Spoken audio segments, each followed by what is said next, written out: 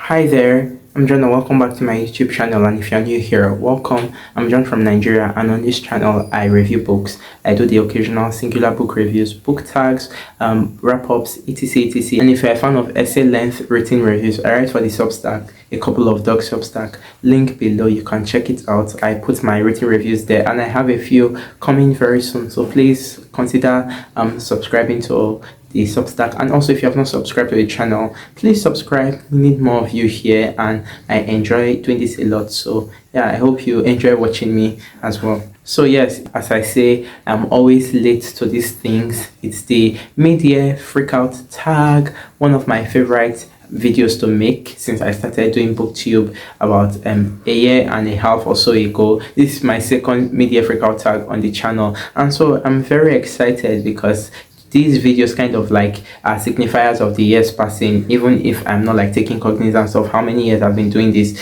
But yeah, this is my second one. I have always followed it even before I started my channel, and I've always loved it. So I will quickly just rush through the questions. I am filming two videos just in case you notice this shirt twice because I am traveling tomorrow. Yeah, please feel free to answer the questions in the comments below. I will maybe write out the questions in the description so you can also see it, even though I'm going to say them. It considers the first half of the year and the progress and what you have read in the first half of the year. So it's looking at June to January to June. So quick stats. By the end of June, I had finished 24 books. My goal was 50. My goal is 50 books. So I had finished 24 by the end of June. So I'm actually relatively on track for the first time in my life. And yes, I know numbers is not important. It's just something I like, keeping track of my reading, and the number I read, it's like a personal thing. It does not have to be for everybody. But yeah, into the tag. First question here is best book you have read so far in 2025.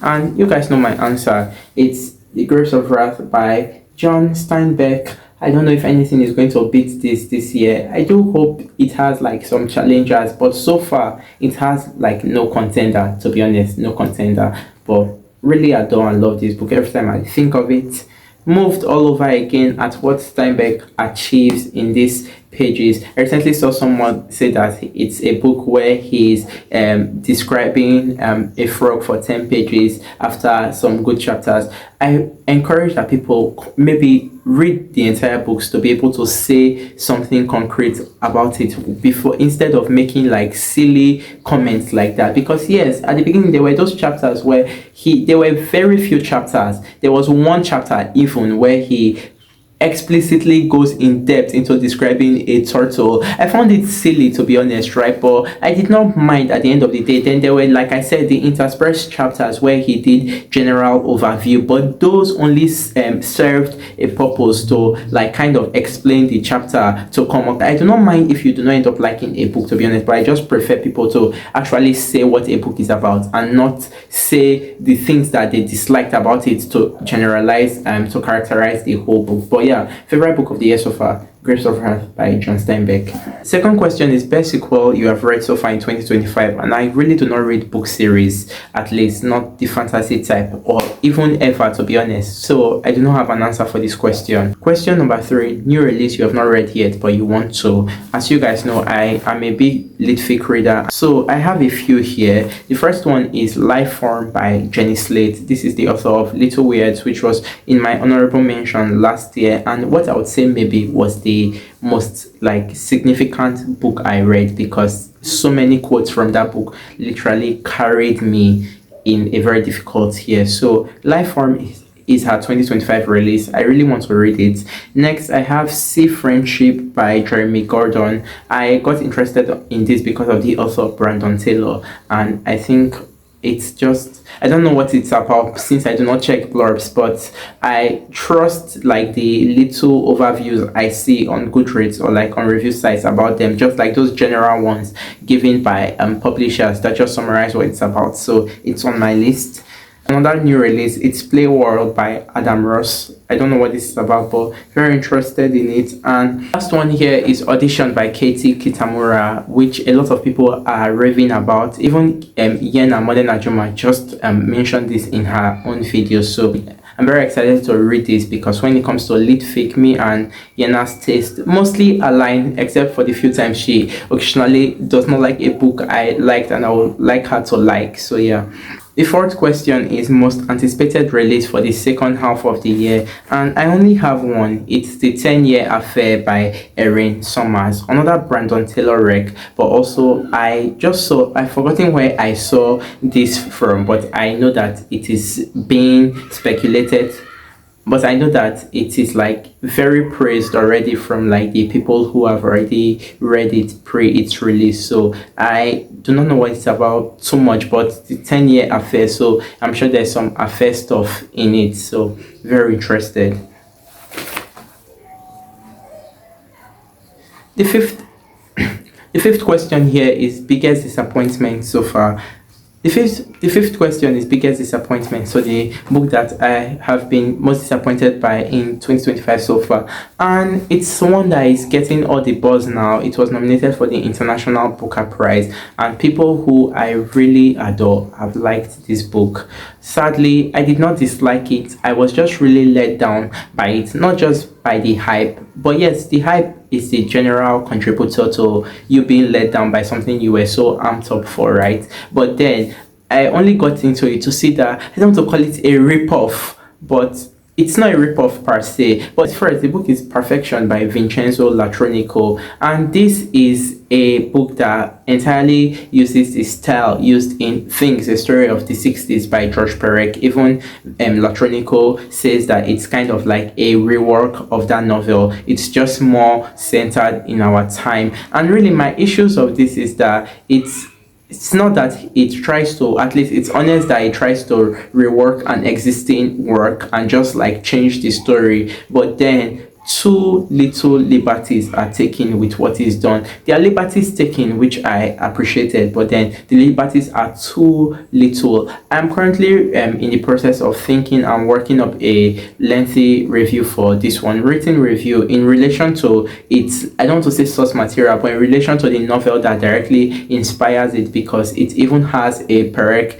quote as the epigraph on the first page of the novel. So I will probably write on it rather than speak too much about it, but maybe I'll talk about it in my wrap up. So I was a bit let down by this one because of how everybody had sworn by it, and maybe it was because I had read like the novel which directly inspired it, so it did not feel like as fresh to me. That was part of it, right? But then I feel you can do a rework and maybe add some sauce to it. Some sauce is added, not everything works for me, to be honest.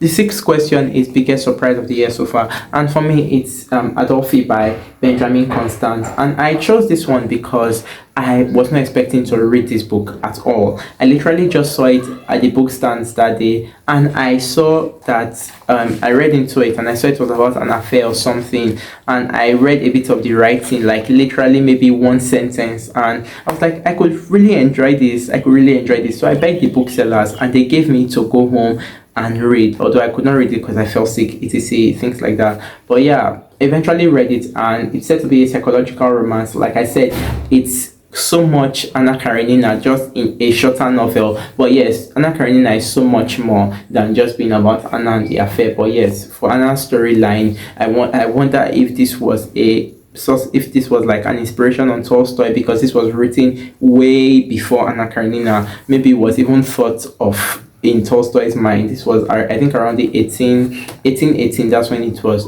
published there. So yeah, very short work that looks at how this young man goes to this town after his graduation and gets into this entanglement with the mistress of one of the town's wealthiest men. But she has been with the man for over 10 years, has 2 children by him, and is basically looked at as his wife, even though they are not legally married. And it's how this affair just completely shatters everything for her and the relationship with the man, but also begins to take too much from Adolphe, our main character, because she becomes like very possessive over him, especially because she has kind of lost everything, but then this is the only thing she has left. And it's just how this romance that she initially denies wanting to do anything with him and eventually succumbs like Anna does in Anna Karenina. And yeah, from there everything just like becomes such a toxic relationship, and it's so heartbreaking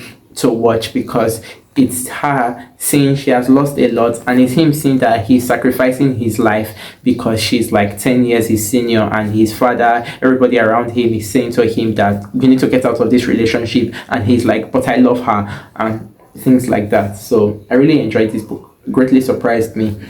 The seventh question is favorite new author. That's an author I've read for the first time this year. And my answer, I was going to go with Gogo, but I ultimately had to give it to Joan Didion because she, even though I did not overly love Slouching Towards Bethlehem, I liked it just okay. It's the essay Goodbye to All That just did something to me, for me, and it's like I said, inspired one of my own lengthier works I'm currently writing at the moment, because it's just that essay just met me at a specific time in my life, and Didion's voice is just singular. There's nothing I love more than voice in literature, in writing, and when it's a singular voice, like I love unforgettable writers, and Didion has surely left her mark on me with that essay. I cannot wait to read more of her works.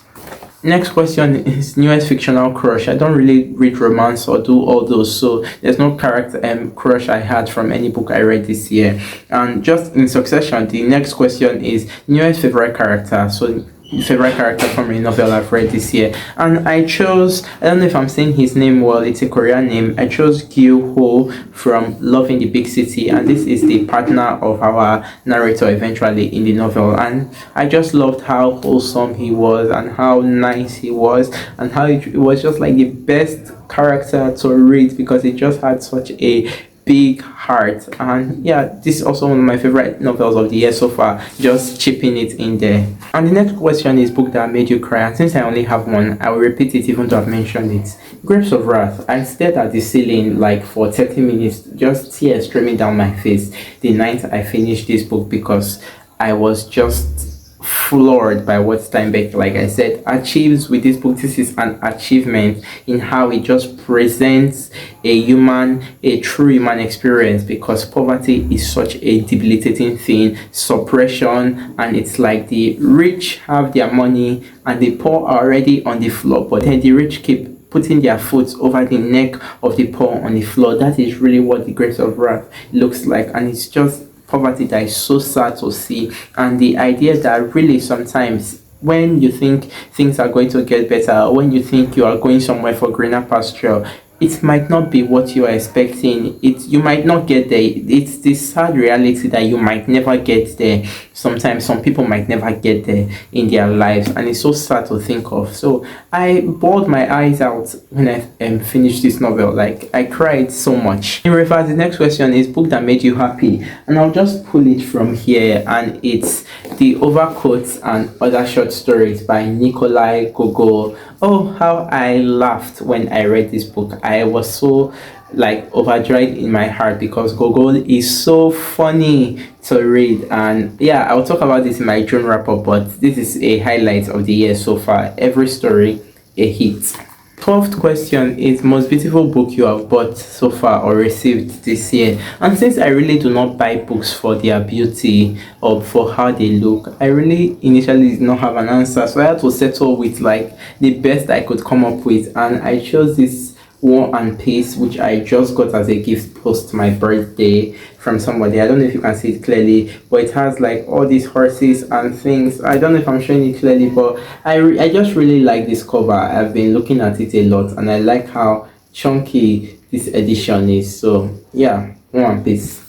Final question is books you need to read before the end of 2025. I'm not going to keep you guys here because you know there's like a long list. So I would say the books in my 25 for 2025 list that I have still not read, which is a lot, which we know I'm not going to read everything, but I would just like to get to some of those. But then I chose like 4 priority reads. First one, Crime and Punishment by Dostoevsky. I was supposed to start this month, but I needed to wait for the joy that was in my birthday to last into like the next few days before attempting to pick this up. So maybe I'll pick this towards the end of the month because I know I'm going to be spending a while with this book. It's going to be a journey, so I want to be ready for it when I finally get into it. So Crime and Punishment is a priority, is the biggest priority, to be honest. Second is Slaughterhouse-5, Court for Niggas, and the last two I chose were Outline by Rachel Cusk. It's the first book in the Outline trilogy, and I chose The Lonely City by Olivia Leng because it's an essay collection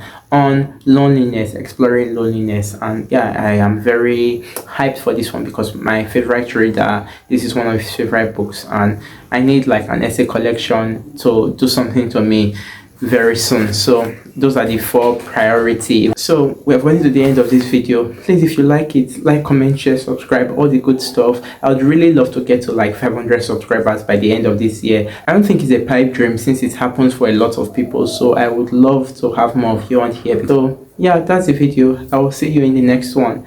Bye.